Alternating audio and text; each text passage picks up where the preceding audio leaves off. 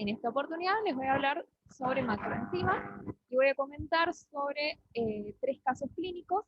2 de ellos llegaron al laboratorio y uno lo tomé de la bibliografía. Bueno, primero una introducción sobre isoenzimas, isoformas y macroenzimas. Entonces, las isoenzimas y las isoformas son enzimas que catalizan una misma reacción y tienen similar especificidad de sustrato. La diferencia es que las isoenzimas tienen distinta estructura molecular, distinta estructura primaria, y están codificadas por distintos genes. En cambio, las isoformas tienen la misma estructura primaria, pero sufren diferentes modificaciones posttraduccionales. Bueno, entonces las isoenzimas dijimos que eran codificadas por distintos genes, entonces difieren en sus propiedades enzimáticas, físicas, bioquímicas, y suelen tener distinta localización tisular y celular. Por ejemplo, la amilasa salival y pancreática y las isoenzimas del LDH, que van del 1 al 5, que sabemos que en esos casos tienen distinta ubicación tisular.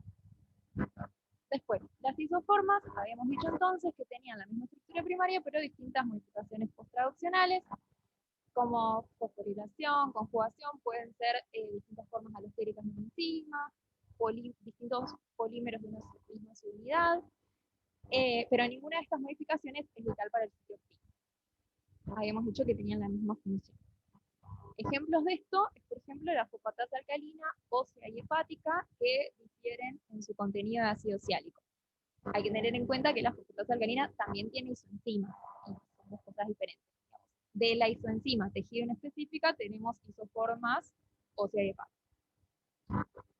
Y pasando más a lo que nos interesa hoy, están las macroenzimas. Las macroenzimas son complejos formados por la enzima y otra molécula. Una molécula puede ser un anticuerpo, otra molécula proteica o no proteica, y puede ser también agregados de la misma enzima. Tienen un peso molecular más alto, una vía media más larga y mantienen actividad enzimática. ¿Por qué es importante detectarlas? Porque no tienen un significado clínico, pero permiten evitar la realización de estudios innecesarios y de tiempo y de costos para el paciente. Entonces, ejemplos de esto puede ser también amilasa o creatinquinasa, que vamos a hablar un poco más adelante. Entonces, repasando, isoenzimas, misma función, distinta estructura, isoformas, misma función y estructura, distintas modificaciones posttraduccionales, y macroenzimas es el complejo enzima más otra molécula. Entonces, ¿qué tipos de macroenzimas tenemos? Tenemos tipo 1 y tipo 2. Las tipo 1 son la enzima unidas a inmunoglobulinas, que generalmente son IgG o IgA. Y las tipo 2 es cuando el complejo está formado por enzimas unidas a estructuras que no son inmunoglobulinas, y como habíamos dicho antes, puede ser un agregado de la misma enzima. Entonces, ¿qué pasa con las macroenzimas? Porque cuando detectamos una macroenzima, cuando vemos un aumento de actividad de la enzima en suero, ese aumento de la actividad se debe a que por su alto peso molecular se ve disminuido su aclaramiento renal. Entonces, eso provoca que se prolongue la vida media. Entonces, ese aumento en suero se debe a la mayor vida media y no a un aumento de la liberación de la enzima, como ocurriría en una patología. Se postula que su origen puede tener que ver con una desregulación inmune, porque se ha visto asociada a pacientes con enfermedades autoinmunes o con procesos malignos, pero la verdad es que se desconoce exactamente cuál es su origen, y no hay evidencia de que las macroenzimas por sí mismas produzcan enfermedad. Sí se las ha visto asociadas a ciertas patologías, pero como una manifestación de la patología de base. Pero la macroenzima en sí no produce enfermedad y no requiere un tratamiento.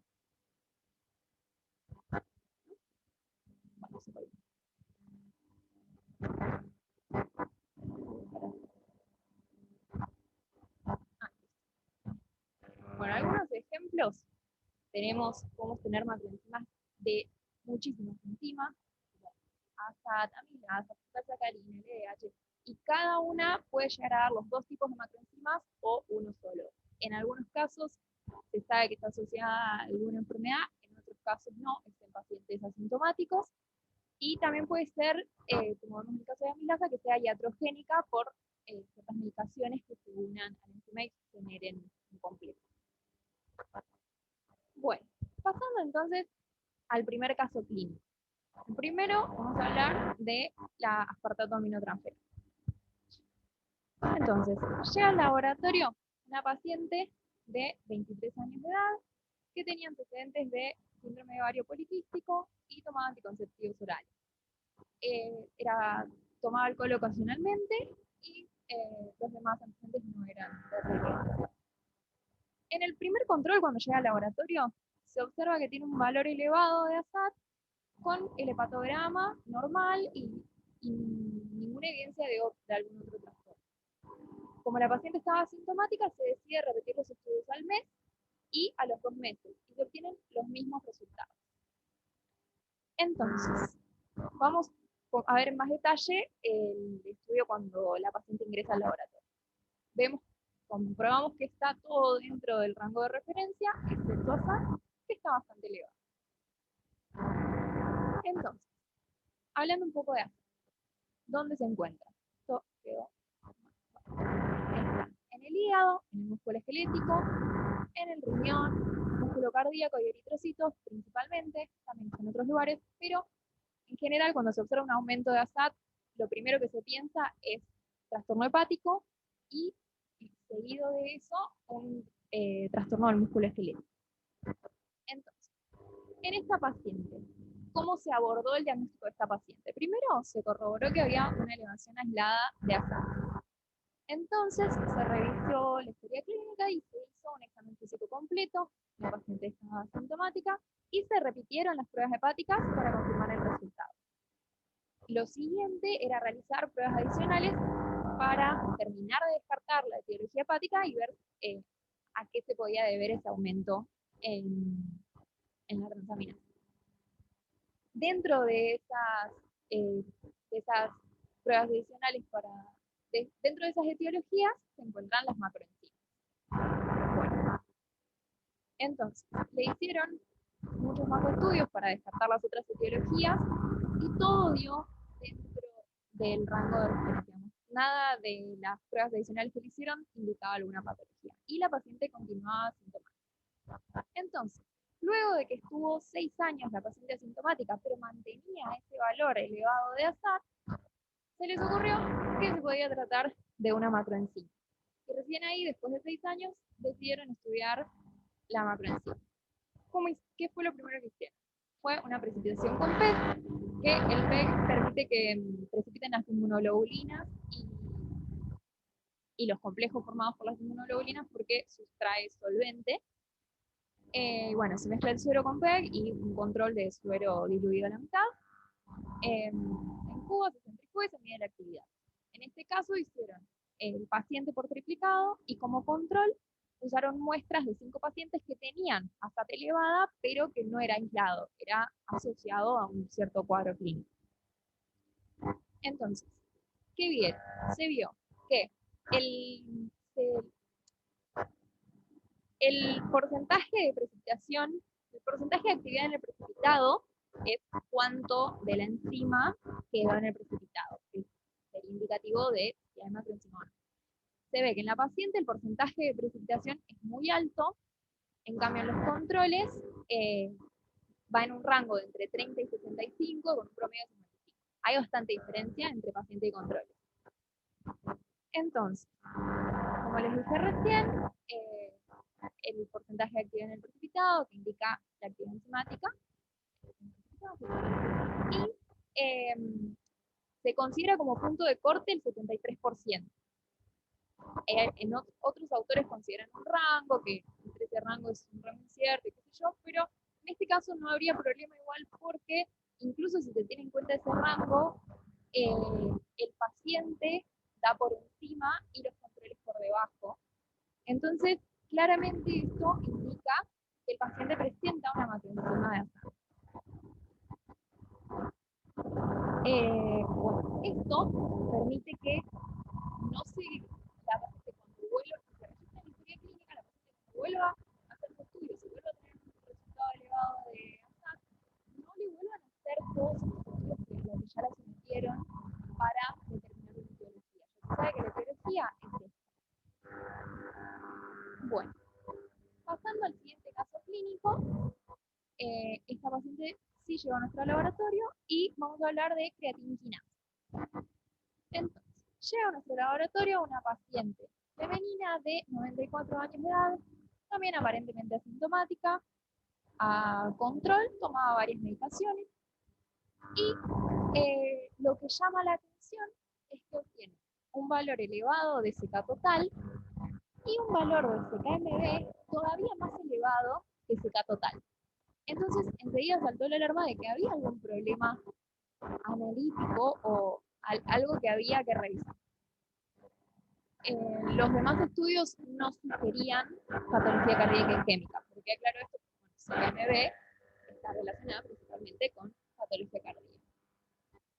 Entonces, ¿dónde se encuentra CK? Tenemos en cerebro CKBB, en músculo esquelético CKMM y en músculo cardíaco CKMB. En realidad, en músculo cardíaco también la predominante es CKMM, pero CKMB donde mayoritariamente se encuentra es músculo cardíaco. Bueno, estas son posibles causas de elevación de CK total. Pero en este caso nos interesa principalmente descartar un síndrome coronario agudo porque vemos que está muy aumentada CKMB. Entonces, ¿cómo se hace la determinación de CKMB? Es un método enzimático para medir la actividad de CK, igual que cuando se mide CK total. La diferencia es que se realiza una inmunización de la subunidad M. Entonces, se mide solo la actividad de la subunidad B y se multiplica por 2 para obtener la actividad de CKMB. Tiene ciertas consideraciones como que en el suero solo se encuentran las enzimas NM y MB, o sea que considera que CKMB no está presente, que es lo que ocurre normalmente que no esté, pero por esta razón también puede ser interferencias comunes son que exista CKMB en el suero, que haya una macroenzima de creatinquinasa o que haya una muy alta concentración de CKMM que no alcance a ser inhibida completamente. Entonces, hablando un poco más de macrocreatinquina, tenemos tipo 1 y tipo 2. La tipo 1 es un complejo que está formado por CKBB con IgG. Esta es más frecuente en mujeres y en mayores de 50 años, que sería el caso de nuestra paciente, que es una mujer de 94 años. La macro-CK tipo 2 son oligómeros de CK mitocondrial. Es más prevalente en la población general, pero está asociada a patología. En pacientes asintomáticos sí es más común la macro-CK tipo 1 porque no se asocia a patología. Entonces, en este caso, queríamos diferenciar si se trataba de una macro-CK tipo 1 o de una patología cardíaca isquémica. Entonces, sí, tenemos que CKMB es mayor del 25% de CK total. Se toma el 25% porque en patología isquémica va a aumentar CKMB, pero se mantiene entre un 6 y 14% de CK total. Entonces, cuando el aumento ya es mayor a eso, nos hace sospechar de que se trata de otra cosa. Si la elevación de CKMB es persistente y si la precipitación con PEC da mayor al 20%, esto indicaría que podemos estar en presencia de una macrocreatinquina. Y eso se debe confirmar por electroforesis. En este caso, CKMB es mayor al 25% de CK total. Vimos que era mayor al 100% de CK total. No sabemos si es persistente porque no tenemos datos anteriores y podemos realizar la precipitación con PEC, que fue lo que hicimos. Entonces, ¿cómo dieron los resultados? Cero sin diluir, cero diluido al medio dio más o menos la mitad que nosotros sin diluir, y luego de la precipitación obtuvimos resultados mucho más bajos, pero se seguía manteniendo, eso es tener sobrenadante esa actividad, se seguía manteniendo la relación de que CKMB era un poquito más alta que CK total. Y calculando el porcentaje de actividad en el precipitado, vemos que es un porcentaje bastante alto, 88 y 89%. Entonces, Bueno, entonces esto sí sugeriría que se trata de una macroenzima. Y las macroenzimas de este caso se deben confirmar por electroforesis. Nosotros no la podemos realizar en el laboratorio, pero si realizáramos la electroforesis, acá tenemos a la izquierda una electroforesis normal de las enzimas de SK, y a la derecha vemos que se observa un pico extra que corresponde a la macro CK tipo 1. La macro CK tipo 1 corre entre la MM y la MB, la tipo 2 corre por encima de MM, que se puede ver como un doble pico, pero en este caso nos interesaba la tipo 1. Y como nosotros no podíamos mostrar el resultado, lo que se hizo fue llamar a la médica y avisarle que esos resultados no se iban a poder informar como estaban, que habíamos, los estudios que habíamos hecho, que sospechábamos que se trataba de una macrocreatinina tipo 1, que no tenía significado clínico y que para que pueda continuar eh, controlando a la paciente. Bueno, y por último, el último caso clínico que voy a hablar es de amilasa. También es una paciente que llega a nuestro laboratorio y tiene 73 años de edad. Toma alguna medicación y ya llega con el diagnóstico de sospecha de macroamilasa. Por eso la estudiamos. Tiene un valor de amilasa un poco elevado y un valor de lipasa normal. Bueno, ¿dónde se encuentra la amilasa? En el páncreas se encuentra la enzima pancreática, y después en glándulas parótidas, pulmón, sudoríparas mamarias y el falopio, la enzima salival. Tenemos un montón de causas que pueden llegar a causar una hiperamilasemia. En este caso, las que más nos importan son la enfermedad pancreática, las enfermedades de glándulas salivales, y queremos diferenciar eso de una macroamilasemia.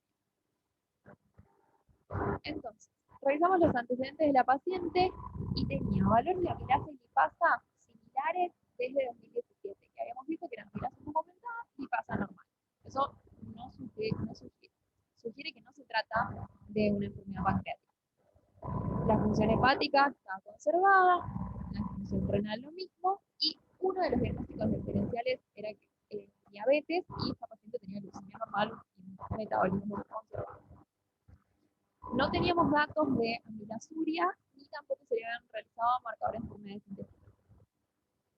Entonces, si sospechábamos de macroamilasa, vamos a ver de qué se trata la macroamilasa. Bueno, entonces tenemos que la variación alélica genera hiperenzima salival y pancreática, y la macroamilasa se puede generar con cualquiera de estas enzimas. Si tenemos un paciente que tiene lipasa normal, amilasemia elevada, amilasuria normal o función renal normal, esto sugiere la presencia de una macroamilasa. Para investigarla se hace también detección con PET, electroforesis o cromatografía. En general, el tratamiento de las macroenzimas es así: o detección con PET, electroforesis. Y dentro de las posibles macroenzimas que podemos encontrar en un paciente, la macroamilasa es la más frecuente.